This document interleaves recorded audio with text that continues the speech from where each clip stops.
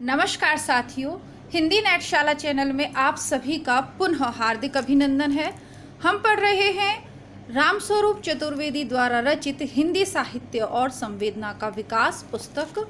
आज यह इससे संबंधित आपका 13वां वीडियो होगा। पूर्व के सभी वीडियो क्रमबद्ध रूप से प्लेलिस्ट में हैं। यदि आप पहली बार इस चैनल पे हैं तो प्लेलिस्ट आप ज़रूर चेक करें। वीडियो को शुरू करने से पहले थोड़ी सी जानकारी देना चाहूँगी, उसके बाद हम आगे बढ़ेंगे।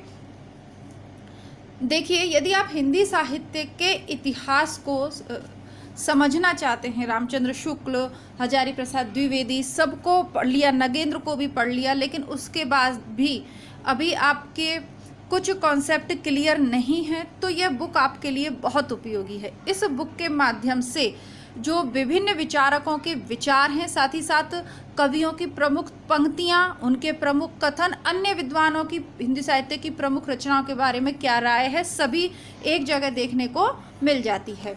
अभी हम प्रारंभ कर रहे हैं भक्ति काल के उदय की व्याख्या। टॉपिक है भक्ति काल के उदय की व्याख्या। विभिन्न विद्वानों ने भक्ति काल का उदय किस तरीके से माना, विशेषतः हजारी प्रसाद द्विवेदी और शुक्ल का मत हम जान चुके हैं पिछली कक्षाओं में। आज की कक्षा में हम आगे बढ़ेंगे और कबीर को पढ़ेंगे, कवि के तौर पर कबीर को पढ़ेंगे। इससे पहले मैं उत्तरकांड और आपका ये जो बुक है हिंदी साहित्य और संवेदना का विकास, दोनों के वीडियो डाल रही थी। उत्तरकांड अब आपका समाप्त हो चुका है और अभी हाल ही में नेट के एग्ज़ाम में आपसे उत्तरकांड से भी प्रश्न पूछा हुआ है, जो 18 जून को आयोजित हुआ है। मैं बार बार कह रही हूँ कि अब आपको जो विषय वस्तु दी गई है उसकी सभी रचनाओं को पढ़ना पड़ेगा, और ऐसा जून वाले पेपर में कोई भी प्रश्न नहीं है जो हमने नहीं पढ़ा, क्योंकि प्रश्न आए हैं रचनाओं से, और रचनाएं चाहे आपका तमस हो, चाहे मैला आंचल हो, गोदान हो, आपका बंटी हो, जितने भी उपन्यासों से प्रश्न आए हैं, जिंदगी नामा अभी नहीं पढ़ा है, आगे पढ़ेंगे, उसके अलावा हम सब पढ़ चुके हैं। ऐसे ही इस किताब को पूरा करेंगे। अब 2 वीडियोज़ आपके आएंगे, तो पहला एक वीडियो आएगा आपका इस बुक का, और दूसरा जो आपकी यूथ कंपटीशन की प्रैक्टिस बुक मैं करा रही हूँ उसमें उपन्यास टॉपिक चल रहा है, उपन्यास टॉपिक के प्रैक्टिस सेट्स आएंगे, तो आप लोग नियमित रहिएगा। ठीक है, आज की कक्षा को प्रारंभ करेंगे। पिछली 2-3 लाइनें लेंगे समझने के लिए, फिर कक्षा को आगे बढ़ाएंगे। इस प्रसंग में एक बात और ध्यान देने योग्य है। आदिकाल के कवि चंद या मध्यकाल में तथाकथित निर्गुण मार्गी कबीर और जायसी जगह जगह हिंदू और तुर्क की चर्चा करते हैं, पर क्या वजह है कि सगुण भक्त कवि सूर और तुलसी के विशाल वागम्य में हिंदू या तुर्क का प्राय नगण्य प्रयोग मिलता है। कंस या रावण के चरित्र में वे आसानी से इस्लाम के अनुयायी बादशाह का चरित्र प्रक्षिप्त कर सकते थे, पर अपनी रचना के तन्मय भाव में उन्होंने कहीं इस संघर्ष का उल्लेख तक नहीं किया। सगुण भक्ति और रचनाशीलता दोनों में तन्मयकारी तत्व हैं, और जब भक्त कवि की रचना हो तो उसकी तन्मयता कई गुना बढ़ जाएगी, जो फिर रचना को भी समृद्धतर करती चलेगी। कृष्णाश्रय प्रयोग में बल्लवाचार्य का शायद कुछ ऐसा ही भाव रहा होगा। अब आगे बढ़ते हैं। देखिए, भारतीय साहित्य की प्राणधारा और लोकधर्म शीर्षक अपने उपयुक्त अध्याय का समापन नामवीर सिंह ने एक गहरी जिज्ञासा के साथ किया है। आपसे अगर प्रश्न पूछा जाए तो इसको आप ध्यान रखिएगा। इस शीर्षक से किसने रचना लिखी है? नामवर सिंह ने। अध्याय है उनका, दूसरी परंपरा की खोज जो पुस्तक है उसमें। इस जिज्ञासा का उन्होंने कोई समाधान नहीं दिया, यद्यपि उनकी मुद्रा है कि जैसे वे इस प्रश्न का उत्तर जानते हैं पर अभी बताएंगे नहीं। वे लिखते हैं कि यह भी एक विरोधाभास ही है कि शास्त्र संवलित होकर साहित्य जिस मात्रा में सामाजिक दृष्टि से लोक विमुख तथा लोक विरोधी विचारों की ओर विचलित होता गया, काव्य भाषा तथा काव्य कला की दृष्टि से उसी मात्रा में समृद्धतर होता गया। कबीर से चलकर क्रमशः जायसी, सूर और तुलसी तक के विकास का मूल्यांकन इस दृष्टि से रोचक हो सकता है, किंतु यह प्रश्न ना तो मुक्तिबोध ने उठाया और ना द्विवेदी जी ने ही। इसलिए महत्वपूर्ण होते हुए भी प्रस्तुत प्रसंग में इसकी चर्चा अप्रासंगिक होगी। यहाँ पहुंचकर अध्याय समाप्त हो जाता है। यानी नामवर सिंह क्या कह रहे हैं कि अब क्योंकि मुक्तिबोध ने भी प्रश्न नहीं उठाया और द्विवेदी ने भी नहीं उठाया, द्विवेदी जी तो उनके गुरु हैं और मुक्तिबोध को भी वो अपना पथ प्रदर्शक मानते हैं, तो इसलिए महत्वपूर्ण होते हुए भी प्रस्तुत प्रसंग में इसकी चर्चा अप्रासंगिक होगी। यहाँ अध्याय समाप्त हो जाता तो अंतिम पंक्ति में लगा ना अप्रासंगिक होगी, यानी वो जानते हैं पर बताना नहीं चाहते। खैर, ये हो गया नामवर सिंह का मत। आगे देखते हैं। नामवर सिंह यहाँ विचार, रचना, काव्य भाषा और काव्य कला को टुकड़ों में बांट लेते हैं। यानी एक सेकंड थोड़ा सा सेट कर लेते हैं ताकि आपको अच्छे से दिखे। नामवर सिंह यहाँ विचार, रचना, काव्य भाषा और काव्य कला को टुकड़ों में बांट लेते हैं। यानी साहित्य सहित भाव को राहित्य कर लेते हैं। फिर विचारों की प्रगतिशीलता, कला की श्रेष्ठता के बीच उल्टा अनुपात स्थापित होता है। जो विचारों की दृष्टि से जितना प्रगतिशील है, कला की दृष्टि से उतना ही। मुक्तिबोध और द्विवेदी जी दो पर ही नामवर सिंह की आस्था है। इन दोनों पर उनके स्वतंत्र अध्ययन है, यानी उनका पीएचडी वर्ग, शोध वर्ग है उनका। किन पर? द्विवेदी और मुक्तिबोध के साहित्य पर। और क्योंकि इन दोनों ने यह प्रश्न नहीं उठाया, अतः उन्होंने इसे यहाँ चर्चा योग्य नहीं समझा। यदि ध्यान से देखें तो लगेगा कि उपर्युक्त मान्यता के पीछे विवेचन नहीं, बल्कि एक सीधे सरलीकरण का मोह है। जिसे चाहें तो यूँ कह सकते हैं कि जैसे जैसे कोई साहित्यिक युग समय की दृष्टि से आगे बढ़ता है, त्यों तो उसमें कला चेष्टा गहरी होती जाती है और वैचारिक क्षमता लोक विमुख होती जाती है। कबीर से लेकर जायसी, सूर, तुलसी तक के काल में आलोचक इस मान्यता को चरितार्थ देखना चाहता है। अब आपने विचार रख रहे हैं रामस्वरूप चतुर्वेदी जी कि इस मान्यता के पीछे जैसा कहा गया है, साहित्य का संश्लिष्ट रूप आहत हुआ है। कबीर और जायसी कला की दृष्टि से सूर और तुलसी से हीन है, यह कहना न इन रचनाकारों के प्रति न्याय है और न कला की धारणा के प्रति ही। कबीर की रचना में कितने रंग हैं? अक्खड़, समाज चेता का, कटुक्तिकार का, एकदम भाव विभोर होकर आत्मसमर्पण का, गहरी रहस्य चेतना का, प्रेम के तन्मय भाव और चरम वैराग्य का।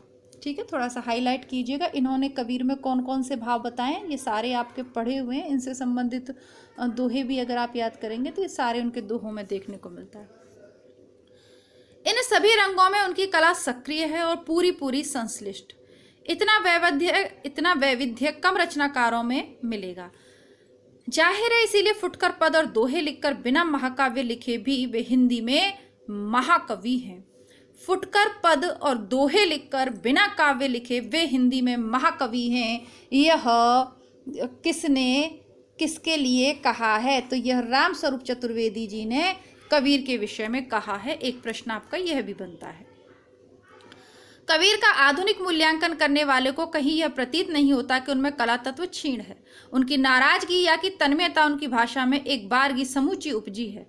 ठीक ऐसी ही स्थिति जायसी की है। यह अकारण नहीं कि आचार्य शुक्ल तुलसी और जायसी का नाम साथ साथ लेते हैं।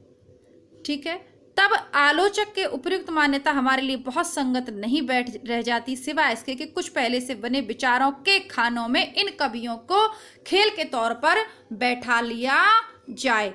अब देखिए, मैं आपको जो बार बार चीज़ें समझाती हूँ कि इस तरीके की पुस्तकें आपके पेपर में कैसे सीधे सहायता तो पहुँचाती हैं जो प्रश्न पूछा जाता है। इसके अलावा भी देखिए, आज के प्रश्न पेपर में जो 18 जून 2024 को नेट का पेपर हुआ है ना, आज नहीं मतलब संडे को, उसमें प्रश्न आया था कि आचार्य शुक्ल ने किन 3 लेखकों के विषय में अपना शोध कार्य किया, या उन पर जो भी प्रश्न मुझे याद नहीं है, पर 3 लेखक कौन कौन से हैं जिन पे अपनी राय दी है। तो देखिए, सूरदास और तुलसीदास पे लिखा है, ये सबको मालूम है। देखो, तो तुलसी हो गए, शुक्ल ने तुलसी हो गए, सूर का भी सबको मालूम है, और जायसी। कबीर को लेकर बहुत लोगों ने गलत किया है, बहुत सारे लोगों ने किया है। तुलसी सूर कवि, तुलसी सूर कवि कैसे कर दिया? तुलसी सूर और कबीर पर तो हजारी प्रसाद द्विवेदी जी से उनका मतभेद रहा। मैंने बार बार आपको बताया है, ठीक है, बार बार आपको पढ़ाते समय बताया है कि कबीर पर शोध कार्य हजारी प्रसाद द्विवेदी का रहा है। आदिकाल में जब भी चाहे शॉर्ट इतिहास के नोट्स बनाए तब भी आपको बताया है कि कबीर पर तो विचार ही नहीं मिलते दोनों के। तो आचार्य शुक्ल ने जो त्रिवेणी लिखी है, जो भी इनका 3 लेखकों के विषय में लिखा है, वह है तुलसी, सूर और जायसी। ठीक है, आगे बढ़ते हैं। आप लोग अपना प्रश्न पत्र चेक कर लें, जिन्होंने भी दिया है, जिन्होंने नहीं दिया तो यूट्यूब पे पेपर डल गया है, आप चेक कर लें, आपको मिल जाएगा। और ये पुराने पेपर में भी मिल जाएगा, तो कोई विशेष बात इसमें नहीं है। तब आलोचक की उपयुक्त मान्यता हमारे लिए बहुत संगत नहीं रह जाती, सिवाय इसके कि कुछ पहले से बने विचारों के खानों में इन कवियों को खेल के तौर पर बैठला दिया जाए। उपर्युक्त चारों कवियों के वैशिष्ट्य को परखें तो यह जरूर देखेगा कि इस अनुक्रम में हिंदू मुस्लिम संघर्ष की प्रतीति उत्तरोत्तर हल्की पड़ती गई। कबीर या उससे पहले से चलें तो चंद से लेकर तुलसीदास तक इसका उल्टा अनुपात कला चेष्टा से भी नहीं, भक्ति की सघनता से मिलेगा। जैसे जैसे यह द्वंद्व हल्का पड़ता गया, तैसे तैसे भक्ति भावना सघन होती गई, या इसे उलटकर भी कहना संभव है। तो मध्यकालीन भक्ति काव्य के उदय में इस्लाम की आक्रामक परिस्थिति का गुणात्मक योगदान है। इसे कई कोणों से देखा और समझा जा सकता है। ठीक है, मध्यकालीन, ध्यान दीजिएगा इस पुस्तक की एक एक लाइन को आप जब ध्यान देंगे तो हिंदी साहित्य के इतिहास के बारे में आपकी जो समझ है वो उच्च स्तर की हो जाएगी ना। मध्यकालीन भक्ति काव्य का उदय कैसे हुआ, इस संबंध में चतुर्वेदी जी कह रहे हैं कि इस्लाम की आक्रामक परिस्थिति का गुणात्मक योगदान है।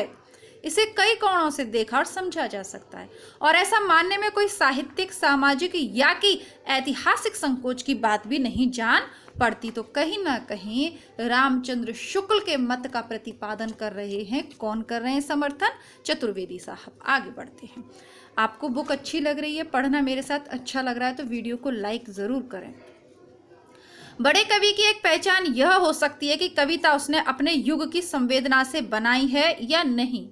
हिंदी साहित्य के संदर्भ में युगीन संवेदना के विविध रूप देखे जा सकते हैं। कभी यह राजाओं के आंतरिक संघर्ष के अनुभव रूप में थी, कभी बाह्य आक्रमण से उत्पन्न परिस्थितियों के समझ के रूप में।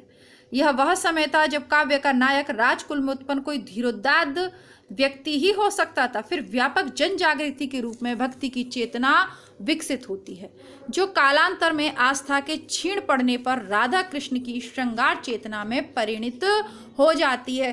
कब? जब आस्था छीण पड़ गई। राधा कृष्ण का जो चित्रण हमें देखने को मिलता है, विलासितापूर्ण चित्रण, वो कभी भी भक्त कवियों के उसमें नहीं है। छीण जब चेतना हो गई है तब वो आया है। आदिकालीन राजकीय संरक्षण में राजा की वीरता और विलास दोनों कवि के उपजीव्य थे। आदिकालीन राजकीय संरक्षण में कवि का उपजीव्य क्या थे? राजा की तो वीरता और विलास। इस बार का संरक्षण सिर्फ श्रृंगार चित्रण के लिए उत्साहजनक था। आधुनिक युग की राष्ट्रीय चेतना भारतेंदु से आरंभ हो जाती है, जो छायावाद के साथ सूक्ष्म पर व्यापक जागरण और चैतन्य भावना का रूप ग्रहण कर लेती है। इस युग का शक्ति काव्य, कौन सा शक्ति काव्य? राम की शक्ति पूजा है ना, उसका यहाँ पर संकेत है। इस युग का शक्ति काव्य भारतीय पुनर्जागरण चेतना से सीधे जुड़ा है और समूचे राष्ट्रीय संदर्भ में अतुलनीय है। अब आज के कवि के सामने राष्ट्रीयता का एक सीमित पक्ष राजनीति के रूप में बहुत कठोर कच्चा माल है, जिसे कविता बनाना कवि कर्म के लिए निश्चय ही बड़ी चुनौती है ना। देखो उसमें जामवंत जी, राम की शक्ति पूजा सबने पढ़ी है, चैनल की प्लेलिस्ट में भी है। उसमें जामवंत जी राम जी को अंत में कहते हैं कि अपना नया मार्ग बनाओ, उठो, पुनः अपनी शक्ति का संचय करो और नया मार्ग चुनो। उस समय की जो राजनीतिक परिस्थितियां थी उसके लिए यह ज़रूरी था कि भारत का युवा जागे और अपनी कठोर तपस्या या साहस के साथ जो भारत माता है उसकी पूजा करे। ठीक है, तो अब जो कबीर टॉपिक है इसको कल की कक्षा में पढ़ेंगे। यहाँ तक आपको समझ में आ गया हो तो कमेंट करके अपनी राय ज़रूर बताइएगा। पुनः मिलती हूँ मैं आपसे इसी चैनल पर उपन्यास के प्रैक्टिस सेट के साथ, और हिंदी बुकशाला चैनल पे भी आपको मिलूँगी। हिंदी बुकशाला चैनल आप लोग ज़रूर जुड़ें दोनों चैनल से, और अभी तक भी चैनल को सब्सक्राइब नहीं किया है तो सब्सक्राइब कर लें। कमेंट करके देखिए, राय ज़रूर बताएं आपका नेट का पेपर कैसा हुआ, क्या ये सारी चीज़ें आप मुझे बताया करें। मिलती हूँ पुनः, तब तक के लिए नमस्कार, धन्यवाद, जय हिंद।